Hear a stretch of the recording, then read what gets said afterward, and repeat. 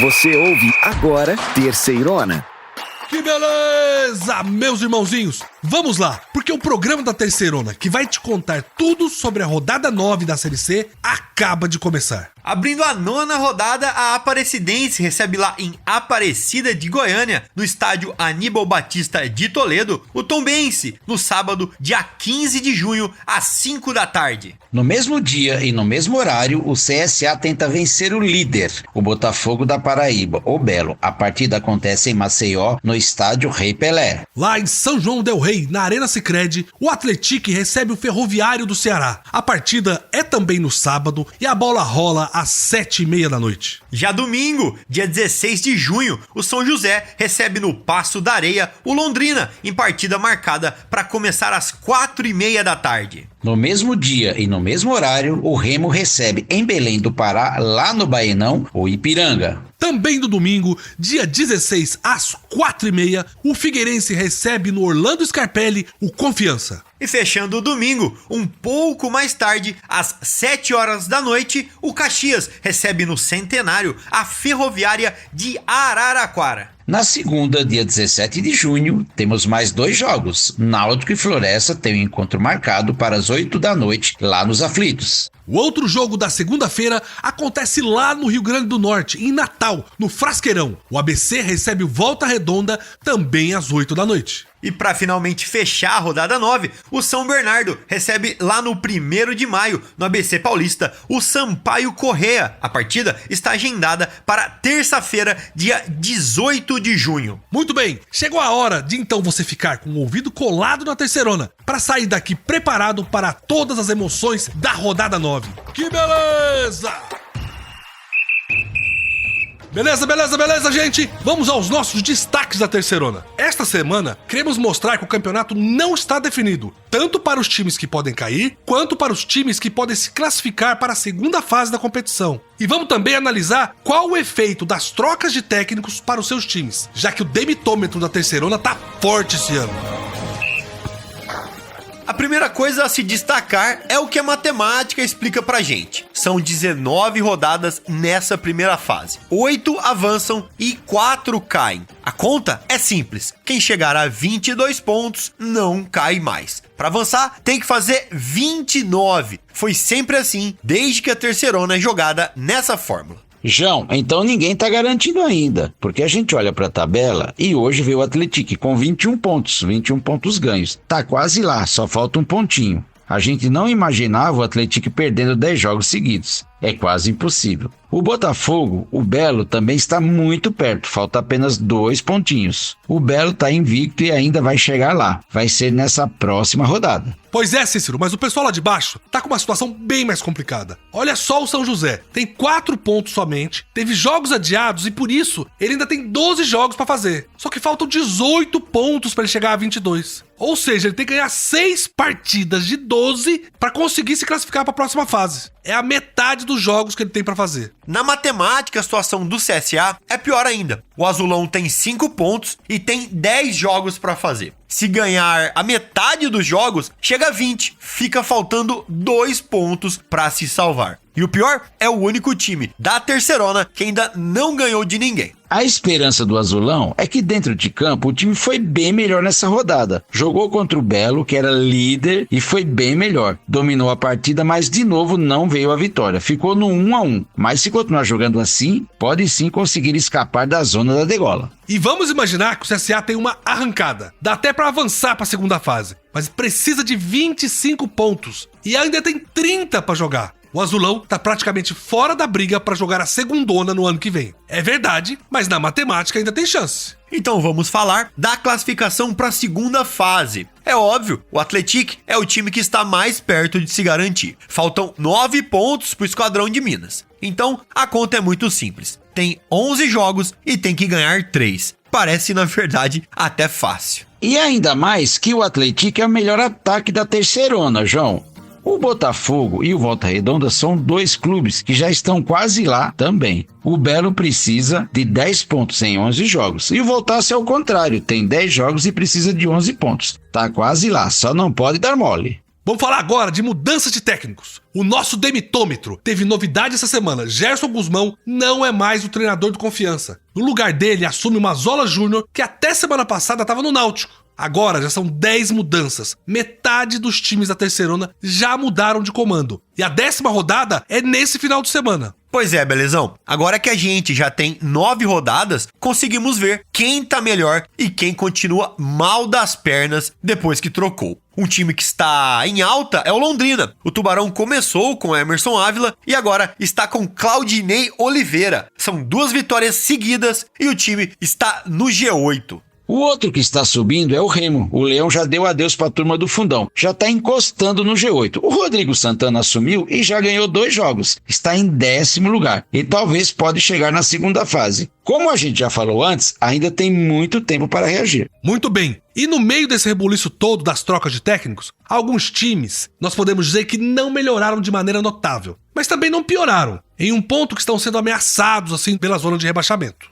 Perfeitamente, belezão? E com algum esforço, acho que a gente consegue olhar com bons olhos e dizer que o Floresta, antes comandado pelo Felipe Surian, ficou na média e não tem o pior desempenho. Com a chegada de Marcelo Cabo, a equipe, depois de algumas rodadas, já venceu 2 seguidas e agora é 16º. E pela primeira vez, respira fora da zona de rebaixamento. João, e temos o ABC, o maior campeão potiguar, que também depois da saída do Marcelo Cabo, que foi para o Floresta, e agora sob o comando do professor Roberto Fonseca, o Elefante perdeu 3, ganhou 2, empatou 2. Nos últimos jogos, perdeu por Volta Redonda em casa, e empatou com Figueira e ganhou do Floresta. Cícero, o time de Natal é 13º, tem 9 pontos com 9 jogos disputados. Vamos olhar agora os times que não tinha como piorar. João, conta pra gente. Eu quero lembrar que tem gente que continua muito mal e só não piorou, porque não tem jeito de piorar mesmo. O Sampaio Corrêa é um desses times que a mudança de técnico ainda não trouxe um resultado positivo de verdade, porque o time ainda continua lá embaixo, na zona de rebaixamento. A Bolívia Querida trocou o Thiago Gomes pelo Zé Augusto. Mas vamos esperar para ver se essa mudança ainda funciona. Os 2 últimos resultados foram bons. O Sampaio ganhou do Caxias e empatou com o São Bernardo fora de casa. Foi o primeiro time a roubar pontos do Bernor lá no 1º de maio. Então tem esperança pro tricolor do Maranhão, sim. Outro caso de troca de técnico que não mudou nada é coisa do CSA. Saiu o Cristian de Souza, porque não tinha ganho nenhuma partida, não teve nenhuma vitória. Entrou Igor Magalhães, que para mim também é um pouco inexperiente. E o Azulão continua sem ganhar nada e de ninguém. O time alagoano tá na penúltima colocação. A esperança é que o último jogo foi o melhor do CSA até agora na competição. Empatou em casa com o Botafogo da Paraíba, que era líder. Por muito pouco não venceu o Belo no finzinho. Se não fosse aquele vacilo, o Azulão estava fora do Z4. O caso do São José é pior ainda. É o último colocado da tabela, perdendo muitos jogos. O Zeca trocou o China Balbino pelo Pingo, logo depois da segunda rodada. Aí, quando o técnico ia estrear, veio aquela tragédia no Rio Grande do Sul. O São José foi muito afetado, Cícero. A água chegou na rua do estádio. Os funcionários do clube perderam tudo. Teve jogador que não conseguiu chegar no clube pra treinar. Foi lindo como o clube se mobilizou, ajudou quem mais precisava numa hora tão difícil. Mas dentro de campo as coisas não andam boas. O Zeca só tem uma vitória em cima do Náutico. Só que as dificuldades do Zeca ainda não acabaram. O aeroporto continua fechado lá em Porto Alegre. Então, toda vez que joga fora de casa, o São José precisa pegar um ônibus e ficar 8 horas na estrada para chegar em Florianópolis. Só aí que eles pegam um avião. Isso afeta demais a preparação do time entre uma partida e outra. Mas a surpresa e dúvida, qual será? Será o desempenho do Mazzola Júnior, que acabou de assumir o Confiança. Ele assumiu na quinta-feira. Será que o Dragão vai melhorar ou vai piorar? É, Cícero, a gente tem sempre que torcer pra melhorar. Sorte por Confiança. Mas é isso aí, meus irmãozinhos e minhas irmãzinhas. Quem vocês acham que avança? Quem vocês acham que cai? Por favor, entrem nas nossas redes sociais e comentem e digam o que vocês pensam sobre isso. Porque hoje, esse foi o nosso quadro de destaques. E vamos para uma análise agora completa do campeonato no nosso próximo bloco, com várias informações que vocês vão adorar.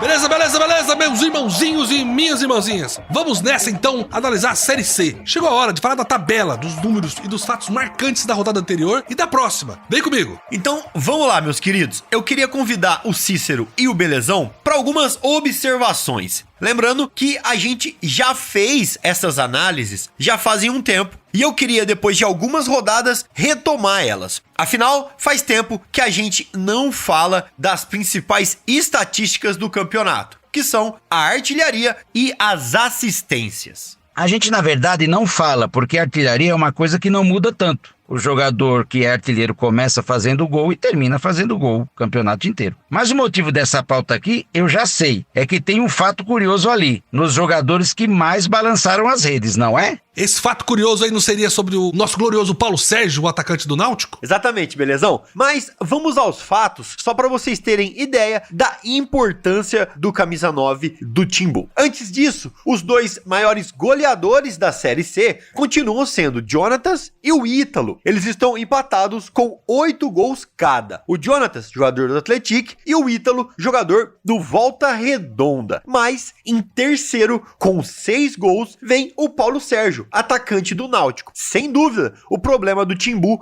não tá no ataque. O Paulo Sérgio, ele sozinho tem metade dos gols do Náutico na Série C. A equipe de Recife tem 12 gols marcados até aqui e 6 são do camisa 9. É um atleta com uma média de gols muito grande.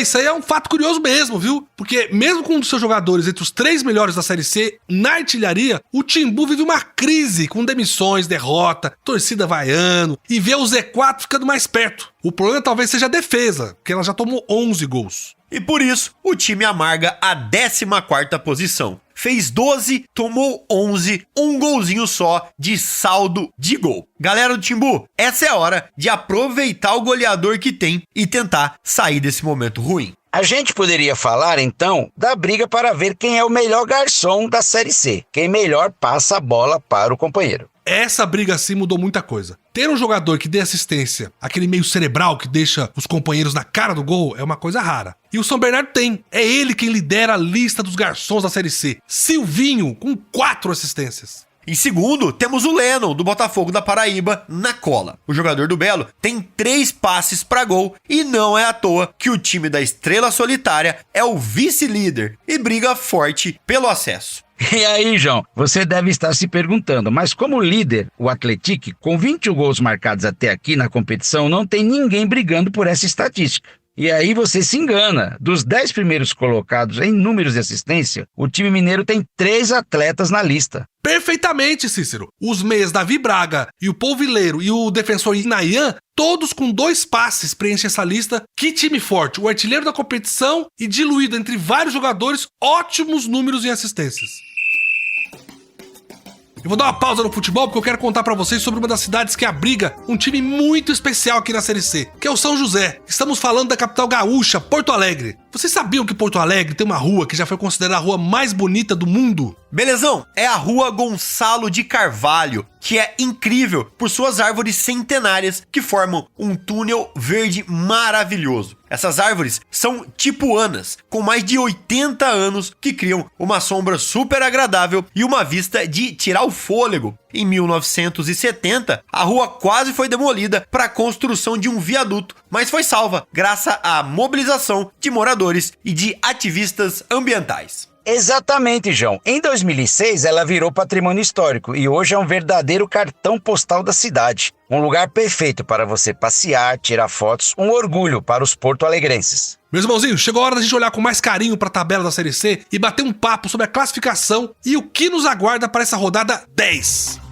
Vamos começar com os times que estão lá em cima, com tudo nessa Série C. E segue o líder. O Atlético, depois de perder o primeiro lugar, voltou pro topo. São 21 pontos em 8 jogos disputados. E em segundo, o Botafogo da Paraíba, com 20 pontos e também com 8 jogos. Briga de gente grande. Outros 2 clubes que ocupam a parte de cima da competição, a parte alta da classificação, são Volta Redonda em terceiro com 19 pontos em 9 jogos. E o São Bernardo, o Bernô, com 18 pontos em 9 jogos. Ai, gente. Vamos então para a zona de rebaixamento. Lá embaixo, a presença dos gaúchos é forte. Quem abre o 17º é justamente um time do sul do país, o Caxias. O Grená tem 6 pontos apenas, mas mantém a esperança acesa, já que ainda possui jogos atrasados. O Caxias só jogou 6 dos 10 jogos até aqui. Em 18º, vem o Sampaio Corrêa, com 6 pontos em 9 jogos. O CSA é o vice-lanterna com 5 pontos em 9 jogos.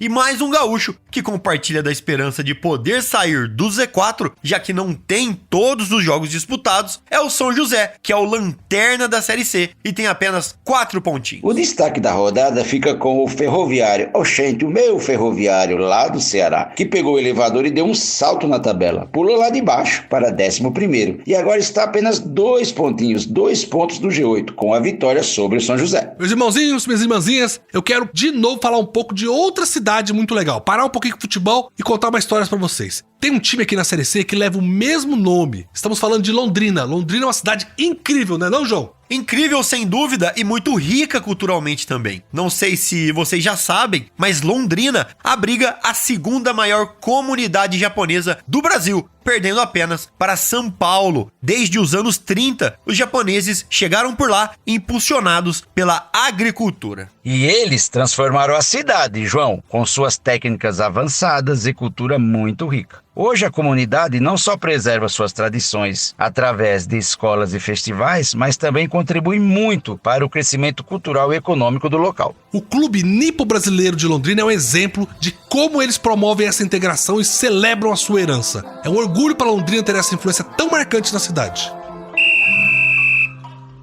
Belezão, Cícero e amigos, eu queria abrir esse bloco falando de um time que lá no começo da competição todo mundo achou que iria ser presença confirmada na zona de rebaixamento até a última rodada. Mas depois do retorno do técnico Paulinho Kobayashi, voltou a vencer e já tá lá no meio da tabela, longe do Z4. Esse é o Ferroviário do Ceará. É, João, a equipe foi melhor desde o começo. O Ferroviário venceu um desfalcado São José por 3-2 na quarta-feira passada, no Presidente Vargas. Com o resultado, o Tubarão da Barra deu um salto legal na classificação. Chegou agora em 11º lugar. Ele subiu 4 posições na classificação. O time Coral está apenas a 2 pontos do G8. Tá pertinho ali, né, Cícero? Imagina, o Ferroviário no G8. O primeiro time que abre a zona de classificação para a segunda fase é o Ipiranga. Time gaúcho que tem apenas 6 jogos disputados. Os gaúchos têm 12 pontos e o Ferrão tem 10. O time do Ceará enfrenta a sua quase xará Ferroviária, agora na 10ª rodada. É uma missão muito difícil. Uma outra coisa que eu queria falar também é sobre a equipe do Náutico. A diretoria corre contra o tempo.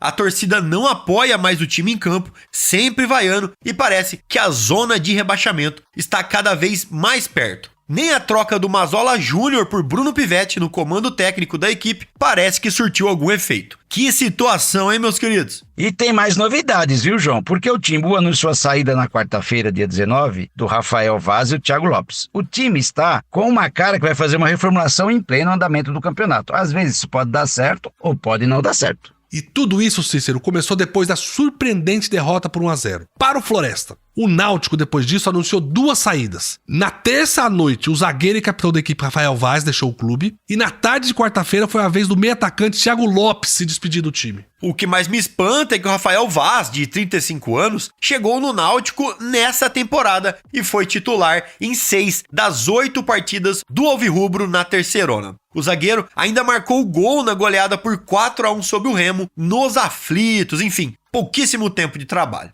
Já o Thiago Lopes chegou ao Timbu em abril, fez apenas 8 partidas pelo clube, 7 pela Série C e 1 pela Copa Nordeste. O jogador fez um gol com a camisa alvirrubra, na vitória de 3-0 diante do ABC. Cícero e Belezão, tomara, né, que as escolhas da diretoria se mostrem certas e que o Náutico reaja na Série C. Vamos acompanhar de perto. Então, gente, estamos falados, meus irmãozinhos? Essas foram as nossas análises sobre a Série C, com todas as informações quentinhas aqui da redação da Terceirona.